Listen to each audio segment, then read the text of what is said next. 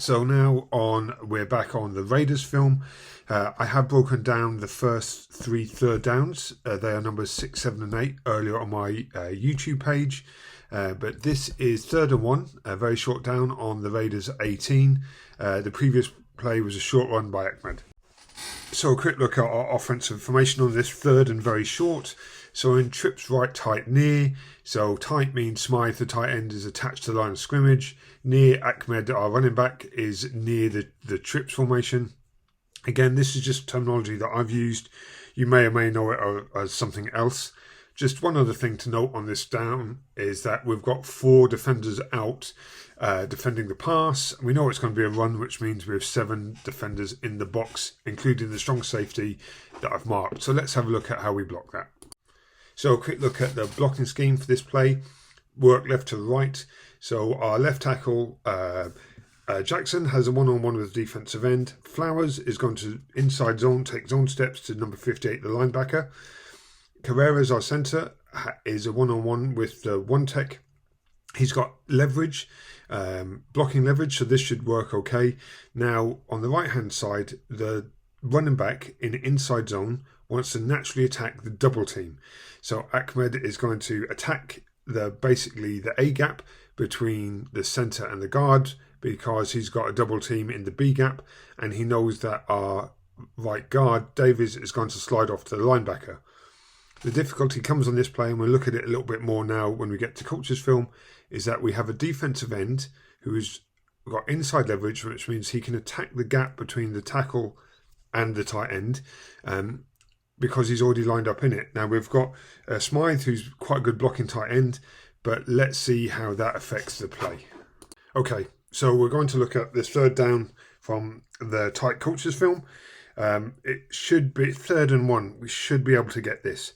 The difficulty is that we have a tight end in Smythe, who I think is quite a good blocking tight end, on a premium defensive end who has inside leverage. Look, if you look at this film here, he's already in the gap. He's actually looking like he's going into it. First question is, why is there no communication between the tackle and the tight end? We should be able to combo here, call off this double team and combo to here. But we don't. Let's have a look at it. So straight off the ball, the defensive end has already been Smythe into the gap. His head and shoulders are in the gap. Smythe pushing with his outside foot in an effort to get there.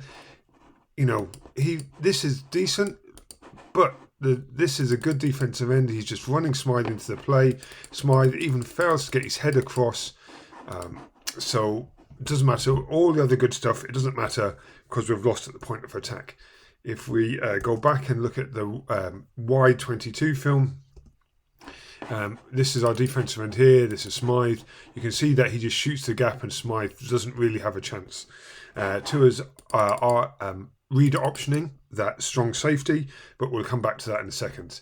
So if we've had a look at the bad, now let's have a look at some of the good and possibly what we could have done. So yeah, he's a good job to the end. So now, here we're going to get a double team between Davies and Hunt, which is okay. Again, I would like to have seen this called off and see Hunt and Smythe double team here. Have Davies take the defensive tackle, the 4-tech. We know we've got a one-on-one here, so it would have meant that Ahmed just had to, but he would have just had to make a move and fall forward on the linebacker and the tackle. We know that Tua is read optioning this end. It's not an RPO. There's no pass involved. He's just reading that strong safety. I may have called him defensive end. I apologise. So anyway, good combination here. Hunt and Davies stop the slant. Hunt works across. Davies gets off the block and gets this linebacker. This is a nice job here. Really, I wonder if Ahmed could have bounced it into the backside A gap, play side A gap, backside A gap, to make his life a little bit easier. Now, let's just have a look at the read option part of things for Tua. Sorry, I have to take the film back a couple of... Right, this is the strong safety read optioning.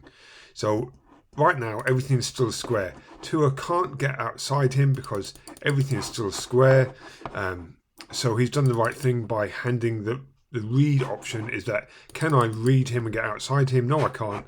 The option is either keep it or hand the ball off. So Tua's handed the ball off, which is the right option to do. So close to being good, but really we just don't execute properly. Lack of communication. I don't know if there isn't the flexibility in the blocking scheme, or the O-line coach hasn't done it. And hopefully we'll see a change in this next year.